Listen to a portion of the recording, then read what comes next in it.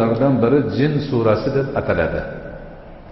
Ana shularning hammasida jin bor mavjudot ekanligi ta'kidlangan. Ya'niki jinlarning borligiga biz iymon keltiramiz Qur'onning asosida.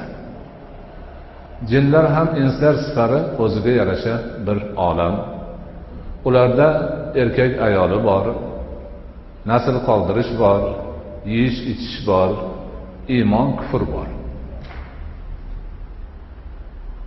Jinlar qadimgi paytlarda osmonga chiqib farishtalarning so'zini eshitib olish qobiliyatiga ega edilar. Va o'shini tushib yerdagi o'zlarini odamlardan bo'lgan sheriklariga aytib turishar edi. Rasul akram alayhisolatu vassalom tug'ilib payg'ambar bo'lganlaridan keyin yana o'sha gaplarni eshitgani chiqqanlarida ularni yulduzlardan 3 kun ajrab chiqarib quvgan, eshittirish imkonini bermagan.